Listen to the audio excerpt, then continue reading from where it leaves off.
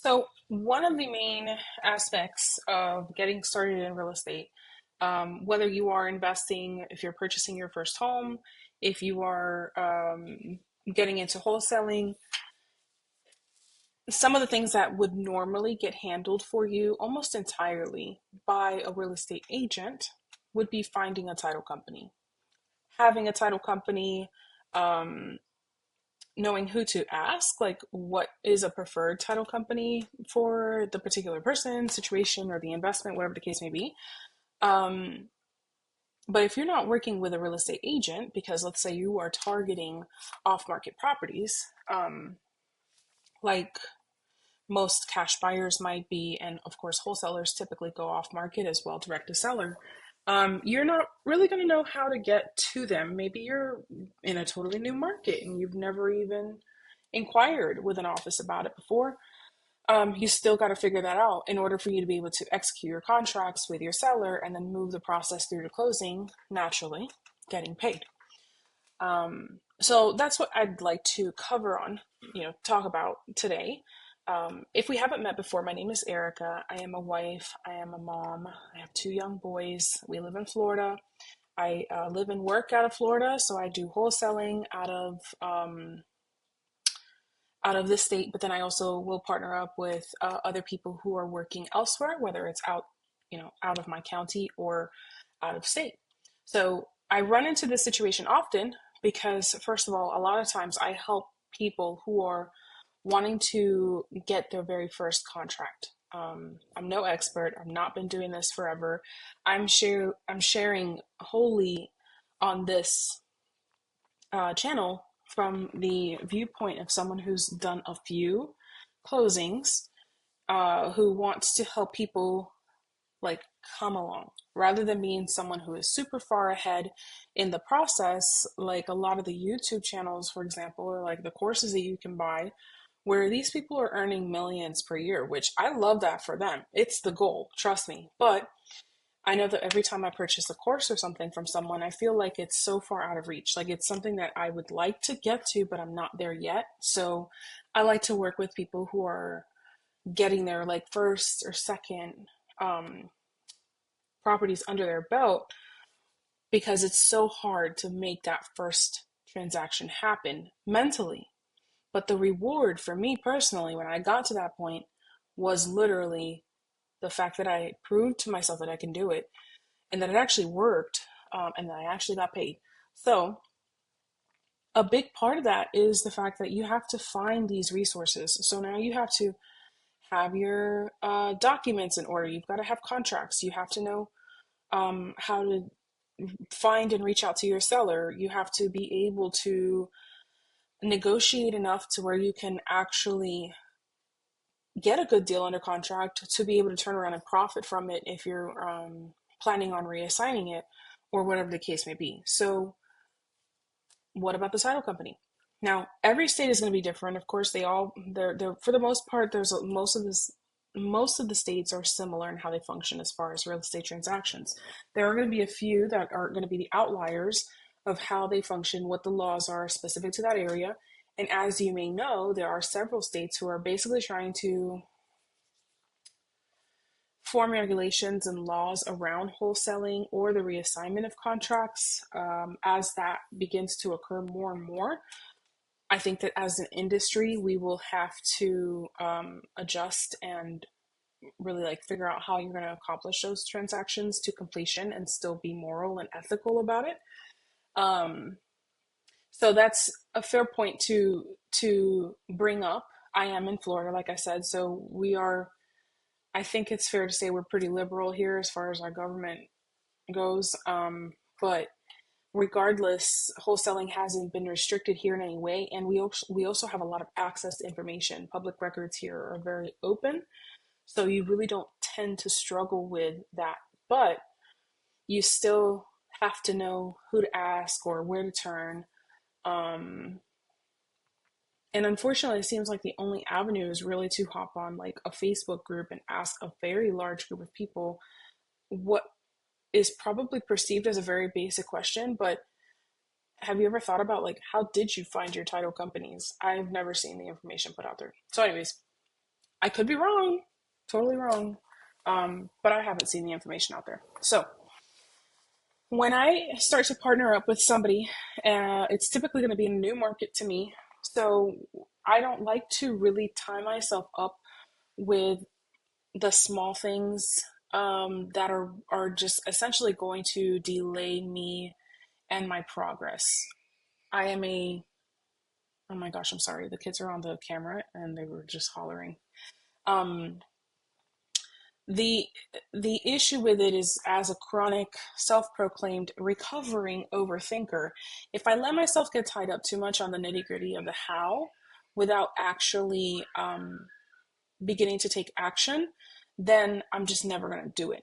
So I could go into a new market and say, okay, I got to get my title company in order. I got to figure out what attorney I'm going to use. I got to make sure that, this, that, and the other is in place before I actually move forward. But the problem is that if you don't even get a property under contract, is it even relevant? Um, and the biggest thing to me about getting a property under contract is not so much the fact that like you've completed the paperwork, because I find that you can typically readjust your paperwork if you've built the correct rapport with your seller, and if you have been honest and communicative with them. Generally, fixing paperwork or making changes to paperwork doesn't tend to be a problem. It's not something I struggle with, but then again, I could see how some people would. However, you know, if if you've already gotten them in the contract, they've mentally committed to this transaction. More than likely, if you talk them through what their bottom dollar would be, they've mentally also already spent it. So it would be kind of hard for someone to back out of a transaction at that point. I feel like, this is my personal opinion, do with it what you may, but I feel like once you've got it under contract, like, I'm gonna do what I can to get its closing, and I'm gonna be motivated to get its closing because I know that my seller's already counting on me to get its closing because they've already mentally spent the money. And if I back out and terminate the contract, like, I want it to be for a legitimate reason. So I would rather address concerns as they come up than to hesitate and not take action in the first place. So in one of my most recent JVs that I've done, I was helping walk him through this transaction. He actually sourced it, found it as a for sale by owner, made contact with the seller, did the negotiation, really talked about the price point with him, and ended up like sealing up the deal. I stepped in at that point. He tagged me in essentially and introduced me to the seller, and I handled the paperwork from that portion onward, as far as filling out the purchase and sale agreement and including the terms and stuff like that, just like if it was my own personal deal. So whenever it came time to send it off to the title company, we didn't have a title company. So when I knew that it was going to go to a closing, like, excuse me, when I knew that we were getting it under contract, I figured, okay, well, now I need to know what title company to actually include on the purchase and sale agreement. You don't have to, for the most part. You can put on there, to be determined, or whatever, or to be decided by the buyer, some kind of verbiage like that. But I personally prefer to have it on there and have already made contact with someone. I think it gives my contract a little bit more credibility because the seller can then see there is an actual touch point person. Like, there is somebody who, I don't know, I feel like it's better than having just a blank space on the contract. So I ended up waiting, while we were waiting for the seller to just receive the email with the contract and for him to actually complete the signatures. I started calling around to see who all would handle the title services in that area. So you do have to have the title company, at the very least, in the state where the property is located. I think I searched fairly close by to them. I just Googled, to be honest, and I pull it up on Google. I check to see who has the most reviews, the most five-star reviews, and I usually will begin there, just like as a blanket statement. That's not to say that someone who has 3 5-star reviews is any less efficient or effective or successful, but I just figure it makes my life just a tiny bit easier. So in order to make sure who it was that I was going to be comfortable moving forward with, I have to clear a couple of concerns with them first. Um, but it turned out as I started in that process that this property is in Illinois, and apparently title searches and title work has to occur within the same county as the as where the property is located, um, which I never would have thought of that. But apparently, that's how they have to function because they go physically and dig through files like at the courthouse, like by hand. So it's paper based. So the title work has to be done in the same county so they can actually have access to go, you know, like in a close proximity to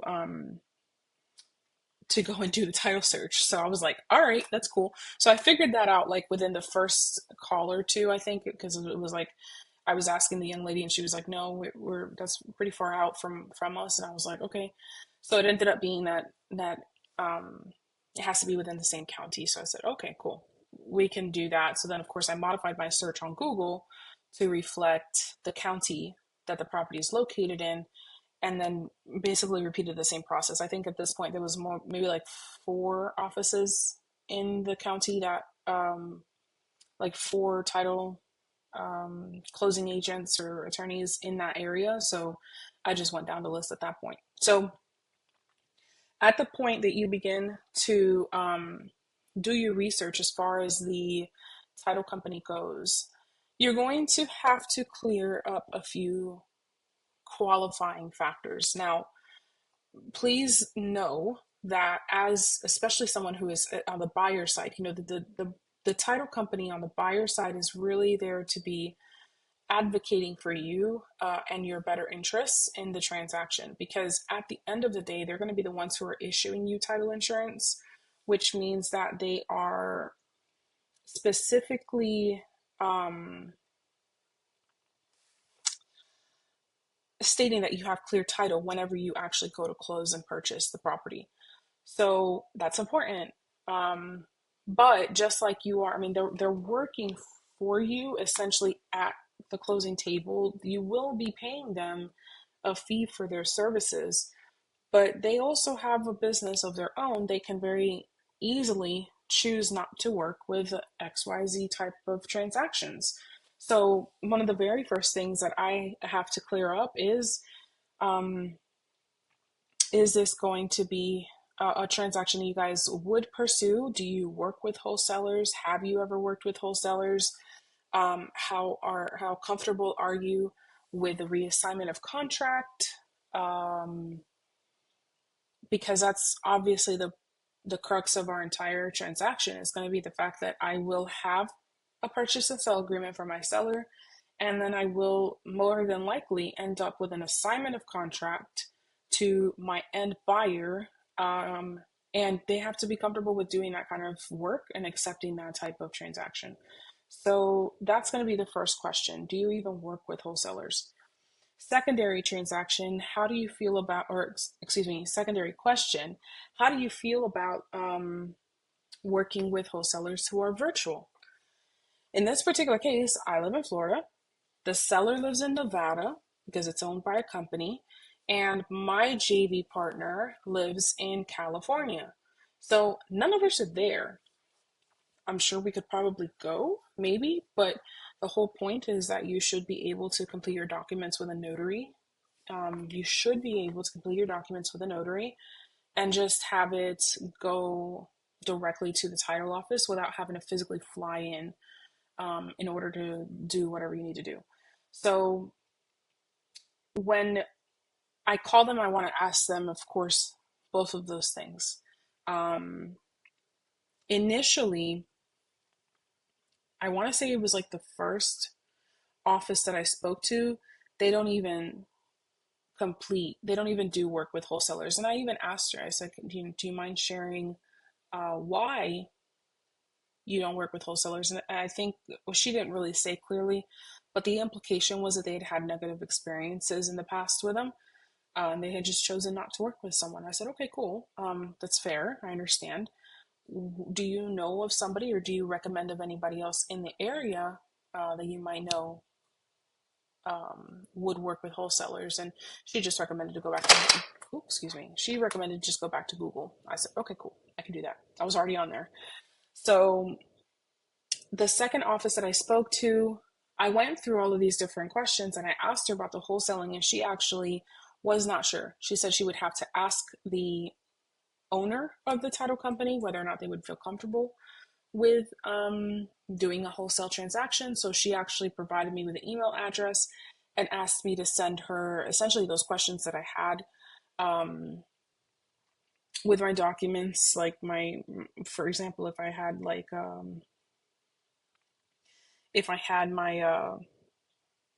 an example of like a blank purchase and sell agreement, if I had like a blank assignment of contract that I could shoot her away so that they could review it on their end, um, which I did actually send it to her, but I never heard back. So I would have followed up with her, but the third company that I reached out to actually worked out great. I felt really good about my interaction with them. So that's who we ended up going with as far as that particular transaction goes, and we're actually still in escrow for it. So I think it'll work fine.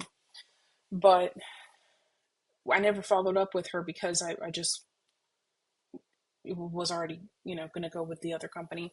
But for the following question, of course, is now, which I don't know why people have such an issue with this, but I asked her whenever I reached out to the third title company, I asked her, how do you feel about, of course, the wholesaling? How do you feel about virtual wholesaling? They didn't have an issue with either one. They work with wholesalers, have worked with wholesalers in the past.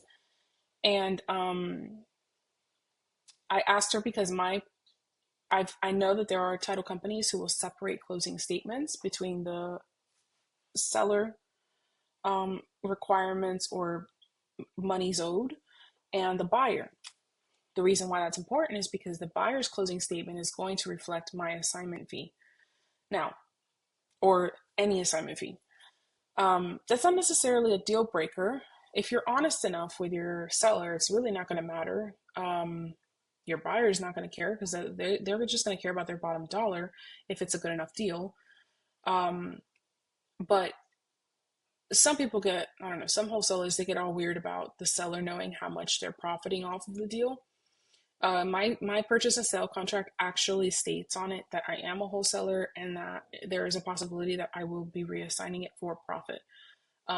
So essentially, if you have signed the contract, I would hope you had read it line by line, but um, by signing it, you're stating that you're okay with the fact that this is what my intention could have been with the sake of the property. So that's important to keep in mind.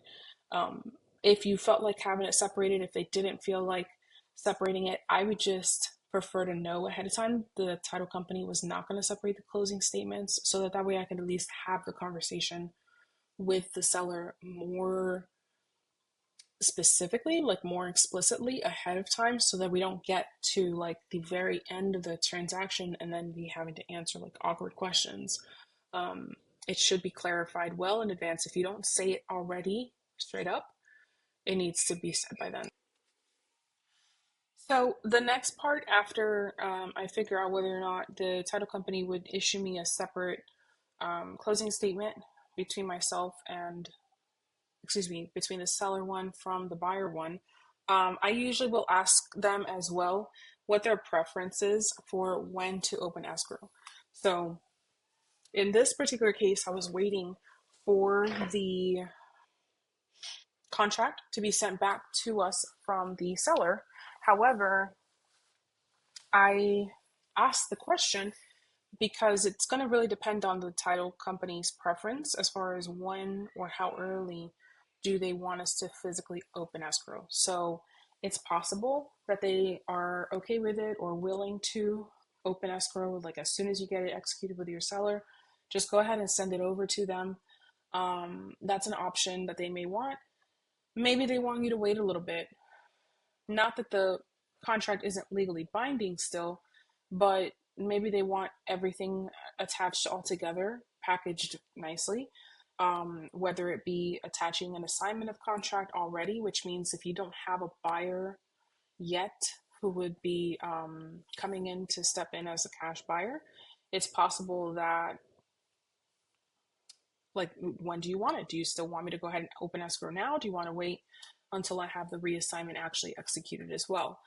I also asked her when they wanted to receive the JV agreement. For me, I would just prefer to send it at the beginning with a purchase and sell agreement. But if I end up um, working with somebody else to help me find a buyer, then it may not happen. I may not have that at the very beginning of the transaction. In this particular case, I did, but it might happen later on. So I usually will ask them how, how early or how late they actually want me to provide like all of those documents. And I like to provide everything all together.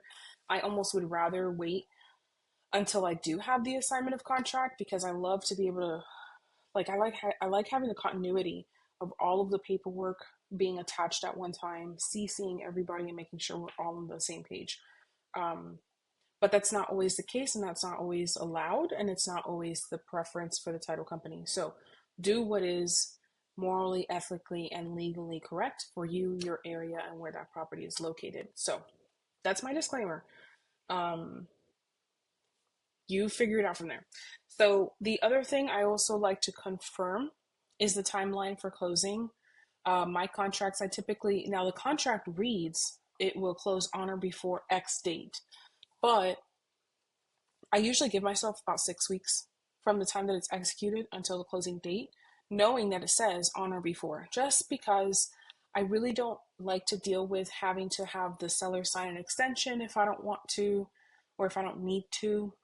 I feel like it's a little bit easier to shorten the time and close faster than it would be to put a really close time frame on the contract as a whole for close of escrow and then have to be like, psych, can you please sign this agreement for me?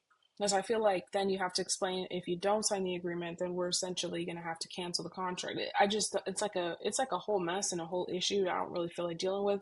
I feel like it introduces friction into the transaction that is really not necessary. So um, I would rather make it long, and then as the transaction goes through escrow with the title company, just reach out to them and be like, hey, are you guys good to clear to close? Like, will we be able to close any earlier? And typically they don't have an issue with that. As soon as title has cleared and title search is cleared and they're okay with issuing the title insurance, I've never had a problem with them being like, oh, no, no, yeah, we got to close on the contract, like the contractual date. It hasn't worked like that for me.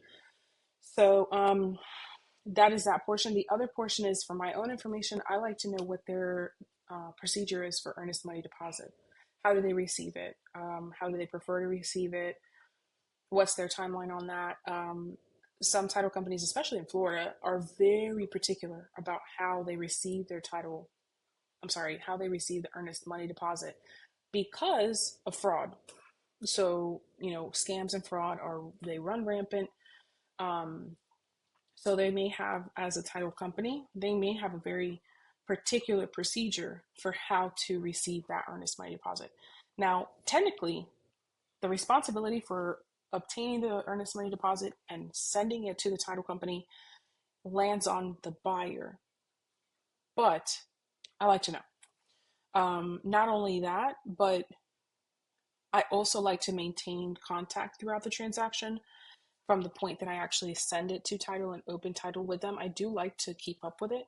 So when I have my person that I'm reassigning it to, I will keep track of it with the title company and go ahead and make sure that I um, get a copy of the receipt of the earnest money deposit that was submitted by my end buyer, so that way I can know that they actually did provide it. So that is that. I will also check with them what what's their procedure, how do they handle closings for, again, virtual transactions. So it still does go back to like the initial, hey, do you work with virtual wholesalers or virtual real estate investors anyways? But I do like to re-emphasize it, like when it comes time to closing, how do you guys proceed about this? Like, will you just end up finding a mobile notary, or what will you be doing? Do you require somebody to be in the office, and how do you handle that?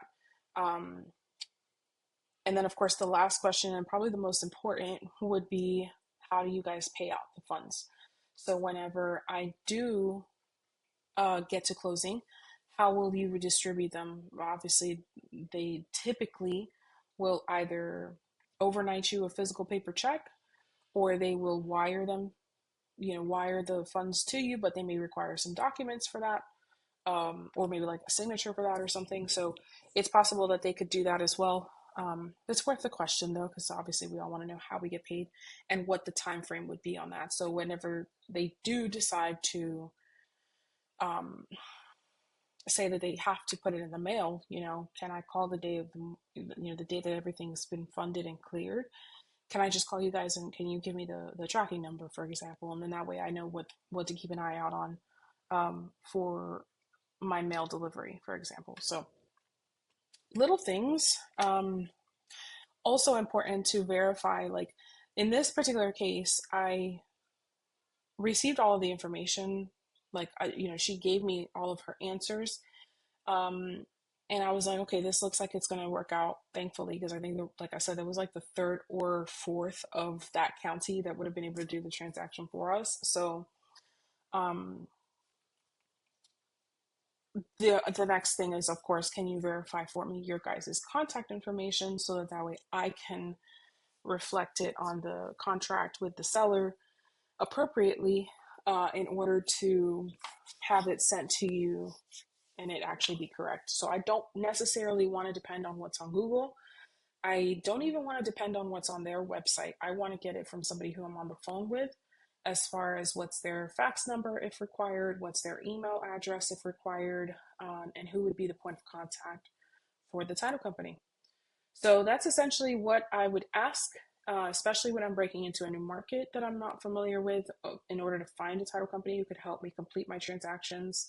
I find that the better, the quicker, and the easier that someone's able to answer my questions, more than likely, it gives me more confidence that the transaction is going to go smoothly, which is one of the reasons why I continue to depend on my personal preferred title company here in Florida. Because, not to say that any others have been bad, I have not, thankfully, I've not had bad experiences with title companies, but it happens in so many interesting industries and just conversations when you're calling around trying to do business, and the people can't even answer the phone, you know, correctly, or like answer questions concisely, or they don't even have the confidence to be like, oh, you know what, let me find you the person who's the best person to contact and ask all these questions so you can get the answers you need. It just doesn't bode very well whenever we get into a very, like, it doesn't give me a whole lot of confidence.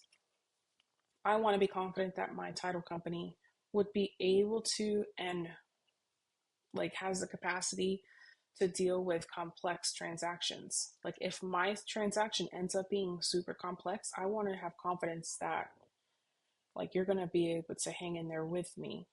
And then if it ends up being a really simple, very easy transaction, then hallelujah, that's freaking great too. So that's what I actually ask of them. I will be, now this is very new to me. Like, I literally have never uploaded to YouTube. I'm still learning how to edit the videos. I would love to have these questions like come up for you at least, so that way you're able to see what the specific questions are that I have asked at, like, at the bottom of the video or whatever, but like as a caption. But I'm not honestly sure how to do that yet. So if I don't figure out how to do that, rest assured, I will be putting some kind of, maybe like a Google document or something, in the description below. So that way you can pull it up and like reference back to it and see it in writing, in front of you. So somehow we will figure that out. But I know there's a lot of information that gets dropped in some of these videos. And it's like, how are you supposed to keep it all straight? So it helps a lot to have something printable or that you can pull up on your screen and just take a look at. So that way, when you're making your phone calls to scout out for your next title company, you actually know what to ask. So yeah, that's about it for this. I'm gonna go ahead and hop off because my husband just got home. The kids are back inside, so it's about to get crazy in here, and it's almost dinner time and bedtime anyways. So yeah, feel free, please hit a like if you like the video, hit a dislike if you dislike the video. Leave me a comment if you have any particular questions that you think might be helpful to see or hear verbalized as an answer. I would do my best to answer that for you. And yeah, check out the description. You'll see my recommended resources and links as well there. And hopefully, I can come on back here soon. Awesome. I'm glad that you're here. I hope you had a great day. Let's get to work.